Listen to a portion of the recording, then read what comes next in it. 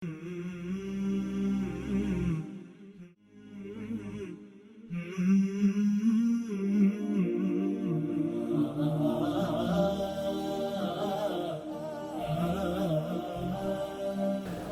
خوبصورت واقعہ ہے. اس واقعے کی طرف آنے سے پہلے ذرا تعارف بھی کراتا ہوں چلوں گا شخصیات کا. عالم اسلام میں اللہ تعالیٰ نے ہر دور میں ہر موقع کے حساب سے ضرورت کے حساب سے بڑے لوگ پیدا کیے ہیں. اور عالم اسلام سے پہلے قومیں بڑی گزری ہیں. تو قوموں میں جو ہے جیسے جیسے ضرورت رہی تو اللہ تعالیٰ نے انبیاء کرام علیہ السلام کو مبعوث فرمایا. تو ہماری عالم اسلام کی بڑی ہستیاں نبی اکرم صلی اللہ علیہ وسلم کی صحبت یافتہ سب سے بڑی تو انبیاء کرام کے پاس صحابہ کرام کی ہستیاں ہیں, صحابیات اور امہات المومنین اور اہل بیت حضرات سارے. تو اسی طرح وقتاً فوقتاً لوگ پیدا ہوئے. ائمہ اربعہ سمیت فقہاء کرام کی جماعت, محدثین کی جماعت, مفسرین کی جماعت, اس طرح سے جو ہے صالحین کی اور صلحاء کی جماعت پیدا ہوتی رہی. تو انہی میں 8ویں اور 9ویں صدی ہجری میں ایک بہت بڑا نام ہے علامہ ابن تیمیہ رحمہ اللہ کا. تو وہ خود بھی بڑے درجے کے امام ہیں عالم اسلام کے, اور اسی طرح ان کے جو شاگرد ہیں وہ بھی بڑے پائے کے یعنی بڑے درجے کے لوگ ہیں, مصنفین بھی ہیں, اور امت کی بڑی خدمات جنہوں نے امت کی خدمت کی اور بہت بڑی بڑی خدمات انجام دی ہیں. خاص طور پہ علامہ ابن قیم رحمہ اللہ اور علامہ ابن کثیر رحمہ اللہ اور حافظ شمس الدین ذہبی رحمہ اللہ, یہ بڑے تلامذہ اور شاگردوں میں سے حضرت علامہ ابن تیمیہ کے. اور ان میں علامہ ابن قیم و علامہ ابن تیمیہ رحمہ اللہ کے جتنے بھی ان کی تعلیمات ہیں سلسلے اس کو مدون کرنے والے بھی ہیں. تو ان میں حافظ شمس الدین ذہبی رحمہ اللہ بھی ہیں.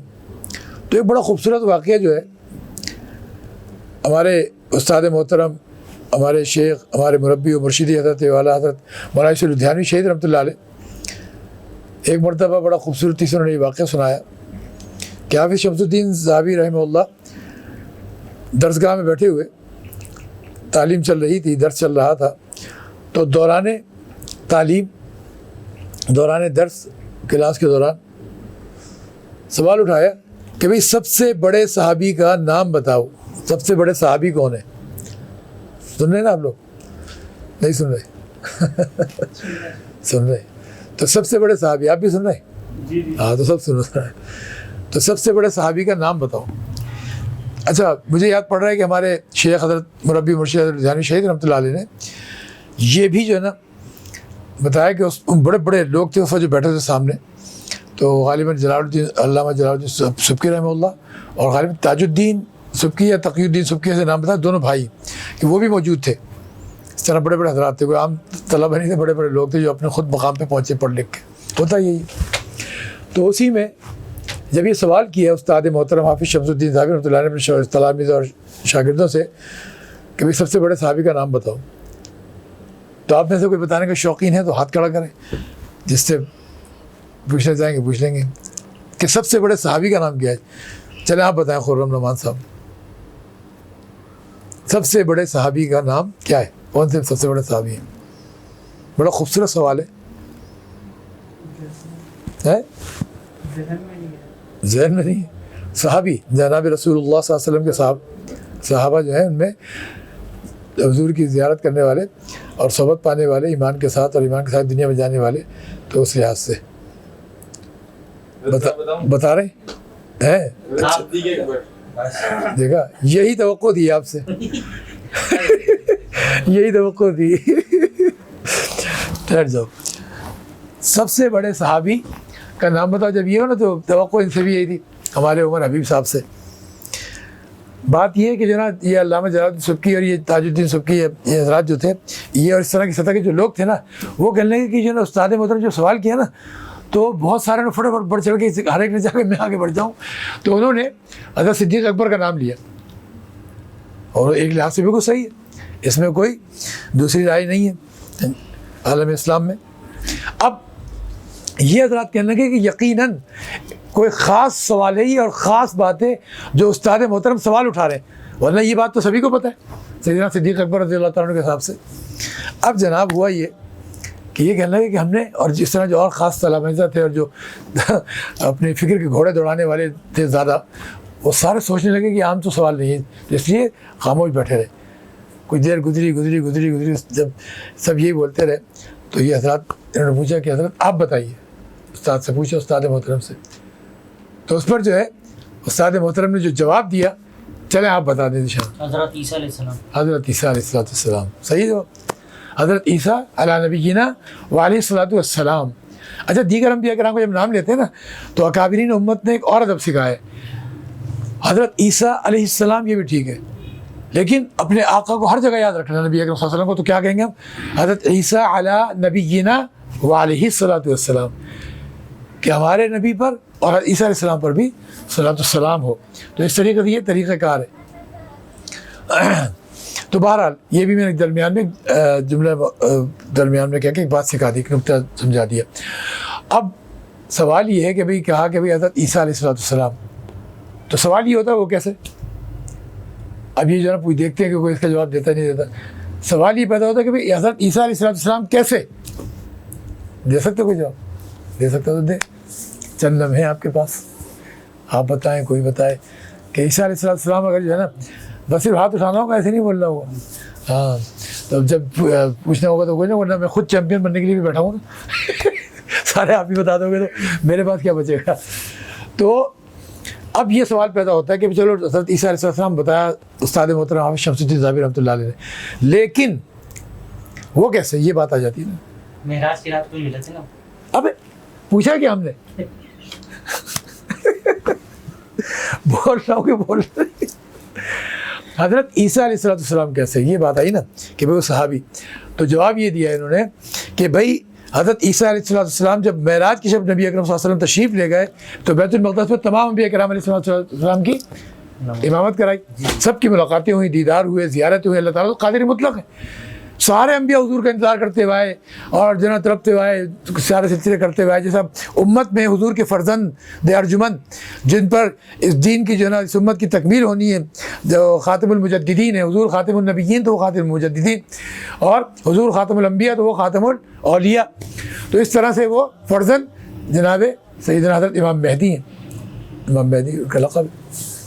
تو ویسے جو ہے نا خلیفۃ اللہ ہے، خلیفۃ اللہ ان کا لقب ہوگا. ہادہ خلیفۃ اللہ المہدی فصل میں لواتی ہو، جب بیت اللہ میں ظہور ہوگا تو خلیفۃ اللہ کی ان کی خاص صفت ہے یہ چیز ہے. ٹھیک ہے، تو اس لحاظ سے اب یہ بات سمجھنی ہے کہ وہ سارے انبیاء وہاں موجود تھے، تو اس میں حضرت عیسیٰ علیہ السلام بھی تھے.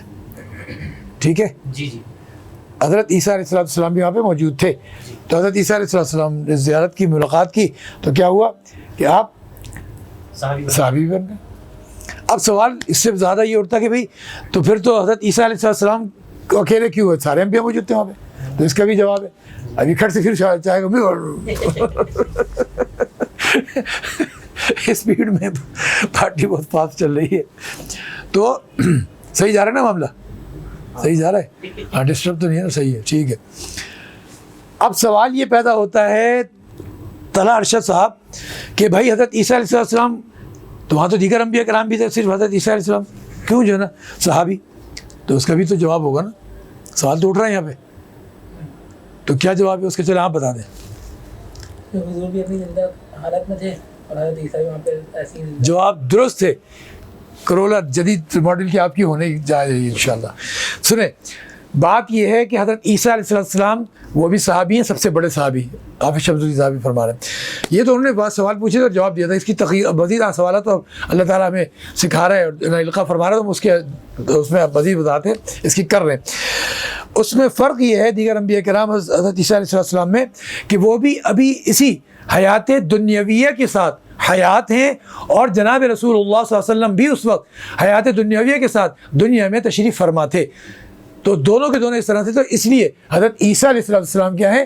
وہ بھی صحابیت کے درجے میں آ گئے. رسول پیغمبر تو ہیں ہی وہ، لیکن حضور کی صحبت پا کے ملاقات کی وجہ سے صحابی رسول بن گئے. آگے جواب سمجھ میں آ گیا. یہ بات ہو گئی. اب یہاں سے بھی سوال اٹھتا ہے نا کوئی؟ کیا سوال اٹھتا ہے؟ صحابی ہو گئے، بالکل ٹھیک ہے، اس کا جواب آ گیا. اور کیا سوال اٹھتا ہے؟ صحابی ہو گئے حضرت عیسیٰ علیہ السلام. پھر مزید یہ ہے کہ حضرت عیسیٰ علیہ السلام آسمانوں پر حیات ہیں، وہ آخری دور میں آئیں گے. دجال جس وقت آئے گا اس سے پہلے حضرت سیدنا امام مہدی کا ظہور ہو چکا ہوگا. چند سال گزر چکے ہوں گے. اچھا سیدنا حضرت امام مہدی جو ہے ان کا دور چل رہا ہوگا, تو بڑی عظیم ہستی ہیں, بہت ساری باتیں ان کے بارے میں, یعنی سینکڑوں احادیث ہیں, جناب رسول اللہ صلی اللہ علیہ وسلم کے ارشادات ہیں. تو ان کا دور چل رہا ہوگا کہ دجال آ جائے گا. اب امام مہدی اور دجال کا ہی مارکا ہوگا, تو اللہ تعالیٰ سیدنا حضرت امام مہدی ان کے جسے کہتے ہیں نا مدد کے لیے, اتاکم الغوث کا جو آئیں گے بھی آئے گی نا بات کہ آگے اللہ تعالیٰ کی مدد, تو حضرت امام مہدی کی مدد کے لیے آئیں گے, معاونت کے لیے آئیں گے, اور انہی کے ہاتھ سے اللہ تعالیٰ نے جو ہے نا دجال کی موت لکھی ہے. اور سارے جتنے بھی جو ہے نا اس وقت کے جو یہودی ایمان نہیں لائیں گے یا نہیں مان رہے ہوں گے اور نہیں ماننے کو تیار ہوں گے, تو پھر وہ سب قتل ہوں گے. یہاں ایک بہت بڑا نقطہ بتاتا چلوں, پھر ہم دوسری طرف آئیں گے. ایک بہت خوبصورت نقطہ آپ کو یاد رکھنا ہے کہ جناب رسول اللہ صلی اللہ تعالی وسلم کے جو ارشادات ہیں ان میں جیسے یہ مضامین ہیں جن کے مفہوم ہیں کہ بھائی جب حضرت عیسیٰ علیہ السلام آ جائیں گے تو حضرت امام مہدی اور وہ ان کی جو نماز کے بھی سلسلے ہوں گے, جو نوعیت ہوں گی, وہ بھی ہیں ساری تفصیلات. تو میں اس وقت جو نقطہ بیان کر رہا ہوں وہ یہ کہ یہ بات بھی آپ نے فرمائی کہ جب قتل و قتال شروع ہوگا نماز کی ادائیگی کے بعد, تو یہودی جو ہے نا چیزوں کے پیچھے چھپیں گے. تو حضور نے فرمایا کہ ہر چیز جو بھی شے ہو جس کے پیچھے یہودی چھپے گا تو وہ چیز یہودی کے بارے میں بتا دے گی اہل ایمان کو کہ میرے پیچھے یہودی چھپا ہے, اس کو یہاں قتل کر دو, سوائے غرقت درخت کے, سوائے غرقت کے. اب یہودی کیا کر رہا ہے, وہ یہودی نے کروڑوں کی تعداد میں نا وہاں مقبوضہ فلسطین میں بھی, یہاں بھی ایک نقطہ یاد رکھنا, جتنے بھی بڑے محققین ہیں حضرات ہیں وہ اسرائیل کو اسرائیل نہیں کہتے. یہ نام تو حضرت یعقوب علیہ السلام کا ہے, وہ نام بڑا محترم ہے. اسرائیل یعنی بمانے اللہ کا بندہ یا اللہ کی بندگی کرنے والے یا عبداللہ کے معنی میں. لیکن ان لوگوں نے جو ہے نا نام ایک مملکت کے طور پہ رکھا, وہ مملکت نہیں ہے, آسمانی ادیان کے طور پر بھی ناجائز ہے, وہ قبضہ ہے, اور دنیاوی قوانین کے تحت بھی وہ قبضہ ہے, ناجائز قبضہ ہے. تو اس لیے وہ ریاست نہیں ہے, مملکت نہیں ہے. ایک بات یاد رکھیں. اس کے ساتھ یہ بھی یاد رکھیں کہ جتنے بھی بڑے حضرات ہیں وہ اس کو اسرائیل نہیں کہتے بلکہ مقبوضہ فلسطین کہتے ہیں. ہمیں بھی یاد رکھنا, اور یہ سبق سب کو پڑھانا ہے. کیا ہے مقبوضہ فلسطین, ناجائز قبضہ؟ تبھی تو حضرت سیدنا امام مہدی کے دور میں وہ قبضہ چھڑا لیا جائے گا اور حضرت عیسیٰ علیہ السلام کی تکمیل کر دیں گے. جو نہیں لائیں گے ایمان تو پھر قتل و قتال ہوگا. تو اب کیا یہاں پہ نقطہ میں بیان کر رہا تھا, ایک تو یہ بیچ میں درمیان بیان کرتے تھے, ایک نقطہ اور بھی سنتے چلیں. ایک تو مقبوضہ فلسطین والی بات سنتے چلیں, جیسے ہم کہتے ہیں نا مقبوضہ کشمیر, ایسے ہی ہے. ایسی ہی بات بھی یاد رہے کہ یہاں جو ہے نا وہ گھر کا درخت لگا رہے ہیں کہ بھئی یہ نہیں بتائے گا. تو یہاں پر جناب رسول اللہ صلی اللہ تعالی وسلم نے امت کو ایک میسیج دیا ہے, ایک پیغام دیا ہے. وہ پیغام کفار مشرکین یہود کے لیے نہیں ہے, وہ صرف وہ کر رہے ہیں کہ بھی درخت لگا رہے ہیں. لیکن یہاں پر محمد عربی صلی اللہ تعالی علیہ وآلہ وسلم جو اللہ کے آخری نبی ہیں, سچے نبی ہیں, برحق نبی ہیں, قرآن کہتا ہے کہ یہ یہود بھی پہچان گئے تھے اس طرح یعرفونہ کما یعرفون ابناءہم, اتنا پہچان چکے تھے جس طرح اپنے اولاد بیٹوں کو پہچانتے تھے, ماہر تھے. لیکن اس کے باوجود نہیں مانے. غیر المغضوب علیہم ولا الضالین, مغضوب رہے یہ اور جناب ضالین رہے. تو اس طرح سے نہیں مانا, تو ایسی صورتحال میں ان کے عقلوں پہ پتھر پڑے ہوئے.